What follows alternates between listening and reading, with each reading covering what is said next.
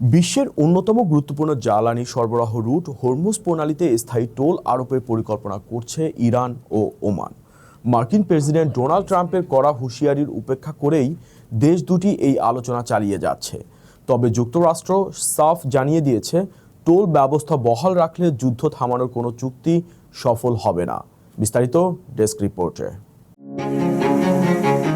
যুক্তরাষ্ট্রের কড়া হুঁশিয়ারি উপেক্ষা করে পারস্য উপসাগরের কৌশলগত জলপথ স্ট্রেইট অফ হরমুজ স্থায়ী টোল বা ট্রানজিট ফি আদায়ের বিষয়ে আলোচনা শুরু করেছে ইরান ও ওমান। মার্কিন প্রেসিডেন্ট ডোনাল্ড ট্রাম্প এই আন্তর্জাতিক জলপথকে সম্পূর্ণ উন্মুক্ত রাখার আহ্বান জানালেও নতুন এই কূটনৈতিক তৎপরতায় মধ্যপ্রাচ্যে উত্তেজনা আরও তীব্র হচ্ছে।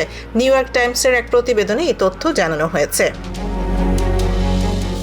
স্ট্রেইট অফ হরমুজ দিয়ে বিশ্বের মোট জ্বালানি তেল ও তরলীকৃত প্রাকৃতিক গ্যাস বা এলএনজির প্রায় 1/5 পরিবাহিত হয়। চলমান যুদ্ধের কারণে এই গুরুত্বপূর্ণ বাণিজ্য পথটিতে দীর্ঘদিন ধরে অচল অবস্থা তৈরি হয়েছে।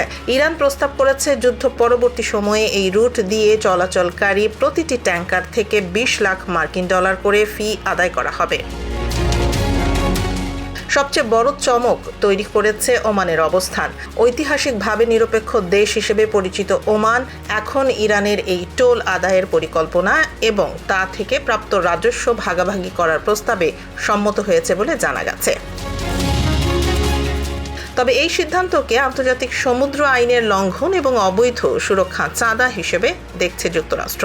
মার্কিন পররাষ্ট্রমন্ত্রী মার্কো রুবিও বৃহস্পতিবার সাফ জানিয়ে দিয়েছেন, ইরান যদি হরমুজ প্রণালীতে টোল ব্যবস্থা চালু রাখতে চায় তবে চলমান যুদ্ধ বন্ধের কোনো স্থায়ী সমাধান সম্ভব নয়। এদিকে ইরানের পররাষ্ট্রমন্ত্রী যুদ্ধ অবসানের প্রস্তাব নিয়ে পাকিস্তানের অভ্যন্তরীণ মন্ত্রীর সঙ্গে বৈঠক করেছেন। তবে ইউরেনিয়ামের মজুদ এবং হরমুজ প্রণালীর নিয়ন্ত্রণ নিয়ে ওয়াশিংটন ও তেহরানের মধ্যকার বিরোধ এই শান্তি আলোচনার মূল প্রতিবন্ধক হয়ে দাঁড়িয়েছে।